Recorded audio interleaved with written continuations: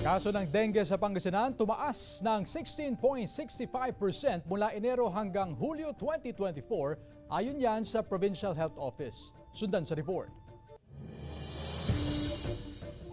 Bukod sa leptospirosis, pangamba rin ng mga residente sa Barangay Talibao, Calasiao, Pangasinan ang pagdami ng kaso ng dengue. Hindi pa humuhupa ang baha sa paligid ng bahay nila Aling Bilita. Daing nila ang pagdami ng lamok. Oo, marami ngayon dengue kaya kami natatakot. Gusto namin anuhin yung tubig dito. Paano na yan? Walang daanan ng tubig. Regular ang misting operasyon ng Municipal Health Office. Sa tala ng Provincial Health Office, pumalo na sa 1,111 ang kaso ng dengue sa probinsya mula January 1 hanggang July 22, 2024. Mas mataas kumpara sa 926 na kaso sa parehong panahon noong 2023. Kabilang ang Calasiao sa mga nasa ilalim ng dengue watch list, kasama ang mga bayan ng Lingayen, Bayambang, Bugalyon, Urbistondo, Binmalay, Mga Tarem, Labrador at San Carlos City. Mataas po ang mga kaso ng dengue ay kailangan po tayo po ay gumamit ng mga pangkasuotan na